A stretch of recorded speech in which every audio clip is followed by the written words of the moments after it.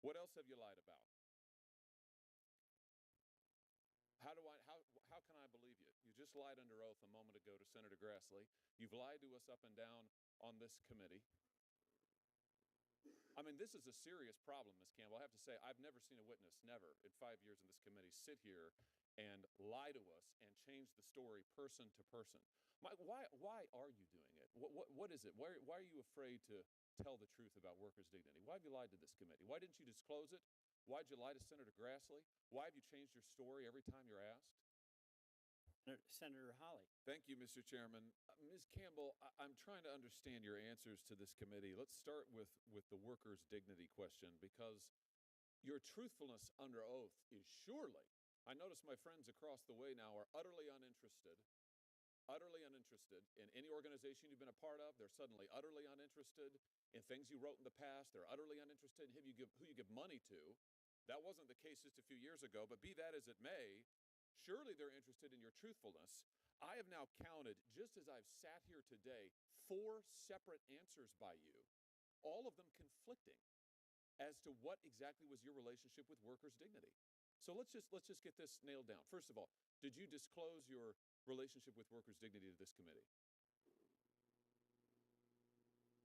Don't look at the chairman, look at me. I'm not sure that I included that. I don't remember, Senator. Oh, I think you do. The answer is no. You did not disclose it to this committee. Then you told Senator Grassley, I've never represented that group. Then you told Senator Lee, next, that you had indeed advised them, and that you'd advised them as a member of a legal advisory board. You said 10 years ago, right? Then you told Senator Cruz that, in fact, you told Senator Lee you'd advised them briefly. You told Senator Cruz, actually, you'd advised them for 3 years. Then you told Senator Durbin that it wasn't 10 years ago, it was 15 years ago. So what is it exactly? You didn't disclose your association with this radical group to the committee. You're currently listed now, your own bio lists you as a legal advisor to the Workers' Dignity Group from 2013 to the present. To the present. The Tennessee Bar Association cited your work with this group for your nomination. So what is the story? When did you start working for workers' dignity? Senator, more than a decade ago, for 2 or 3 years, I served on a legal advisory committee or board. So you gave them legal advice. We were helping them set up as a nonprofit. So you represented them. So you lied to Senator Grassley earlier when he explicitly asked you, did you do any legal work? And you said no. In fact, you served on a legal advisory board. That's your testimony now. Correct? Senator, I served on this board. On a legal advisory board, correct? Correct. Okay. So you lied to Senator Grassley here under oath. What else have you lied about? Workers' Dignity has condemned Israel's ethnic cleansing of Palestine. They have said that Israel is engaged in ethnic cleansing. Do you agree with that? No, Senator. How can I believe you? You just lied under oath a moment ago to Senator Grassley. You've lied to us up and down on this committee. I mean, this is a serious problem, Ms. Campbell. I have to say, I've never seen a witness, never, in 5 years in this committee, sit here and lie to us and change the story person to person. Why are you doing it? What is it? Why are you afraid to tell the truth about workers' dignity? Why have you lied to this committee? Why didn't you disclose it? Why did you lie to Senator Grassley? Why have you changed your story every time you're asked? Senator, I have not lied to you today. I've tried to represent my participation with this group. What you've done is you've misrepresented your participation with this group. You apologize to Senator Cruz for any confusion. You've created the confusion. Deliberately. Deliberately.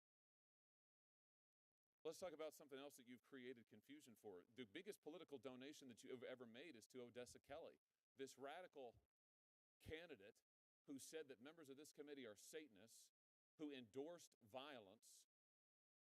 Why did you give money to Odessa Kelly? Over $1,000. I mean, that's not nothing. That may be nothing to you. That's not nothing to most people. Why did you give money, the most money you've ever given, to this person?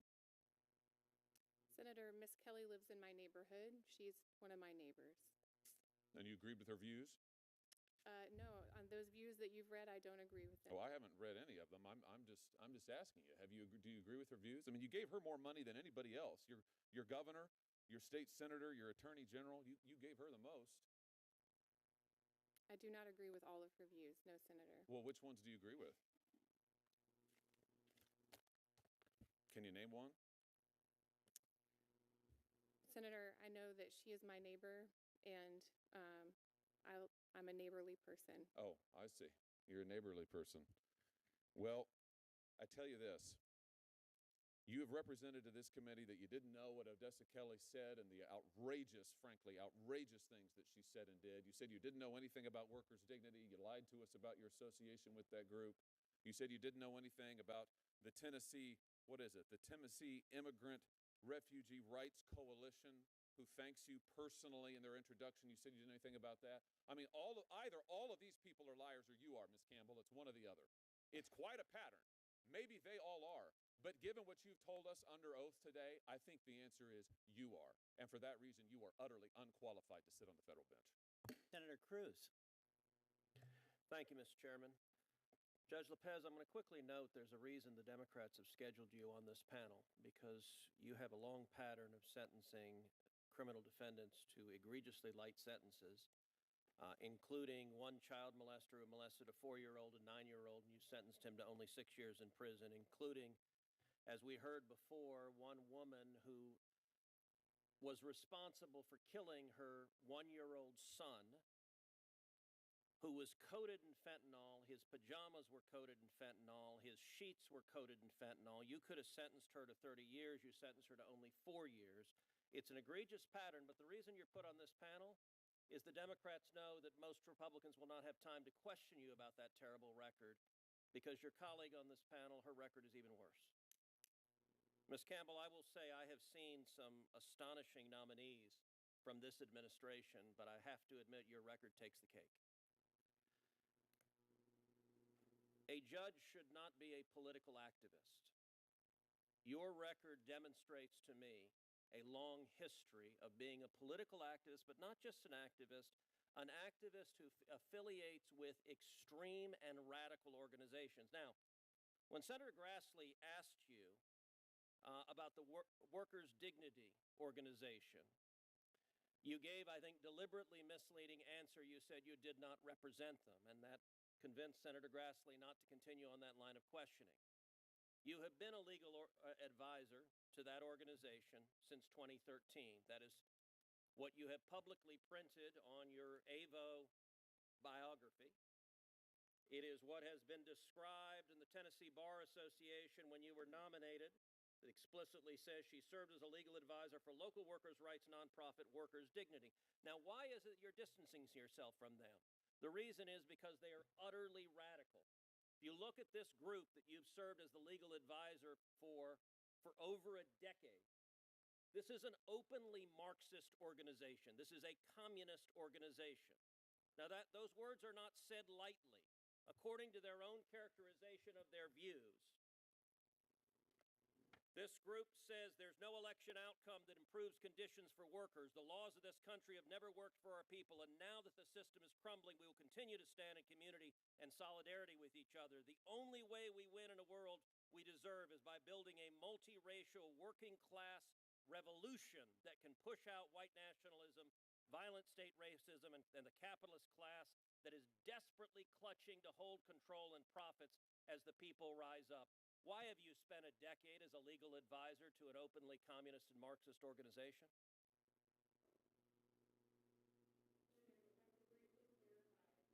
I don't think your microphone's on.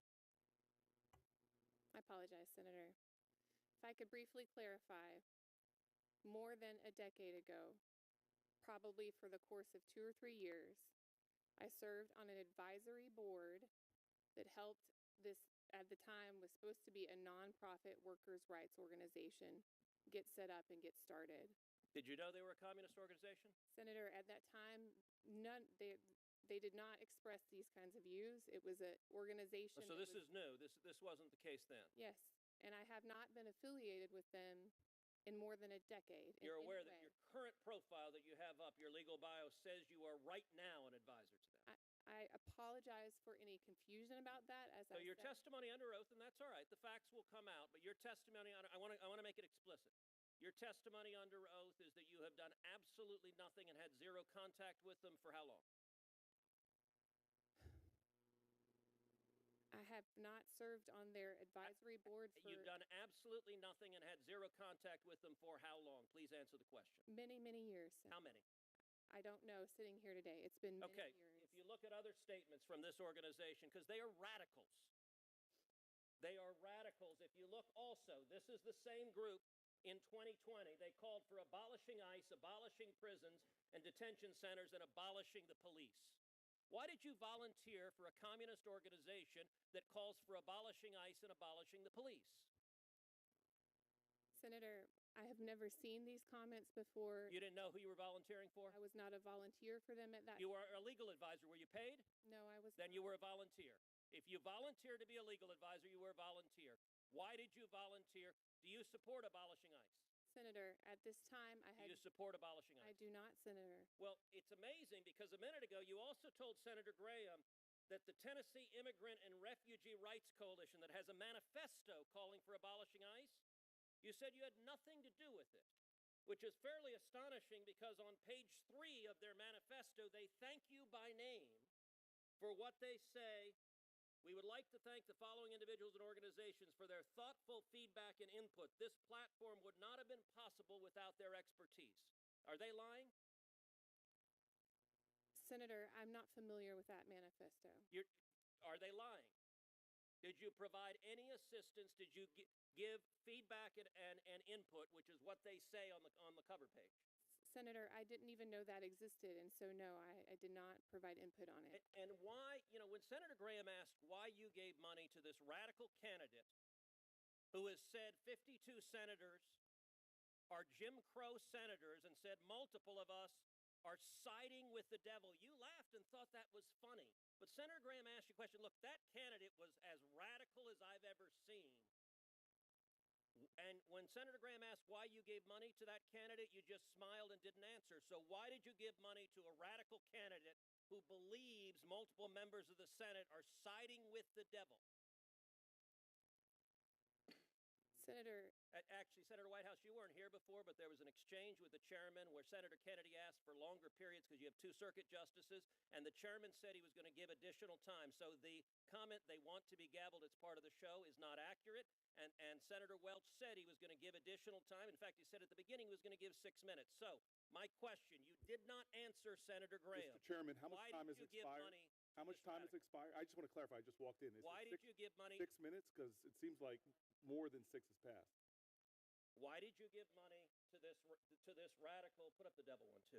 Why did you give money to this radical candidate? $1,500, a lot of money.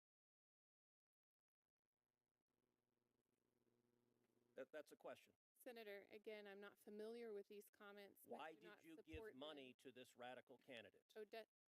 What? Could you let her answer the question, please? I'm not familiar with these comments, and Why did you give money to her? That's the question. You're not going to answer? You're refusing to answer why you gave money to her. Senator, I'm not familiar with these That's comments. not an answer. My answer is, why did you? What is the affirmative reason? You gave $1,500. There was something you saw in her that you said, this needs $1,500. Why? Please answer that Senator's question. time has expired. Would you please ask the witness to answer the question? She's refusing to answer it. It's indefensible, but answer. Was there any reason? Or do you just give $1,500 to anyone? Senator, your time has expired. I would like her to answer the question. And you said she could answer the question. She has refused to do so multiple times. Please answer the question, Ms. She Campbell. answered the question. No, she did not. She said she didn't know those comments. That's not why she gave the money. Senator, Can I ask you why she gave the money? no. You don't know because she hasn't answered. Senator's Are you time- going to answer, Ms. the Campbell, or does senator's this time committee has not deserve to expired. know why you gave money to The a senator- radical who says we are aligned? Mr. Chairman, I have a lot of other senators of busy days.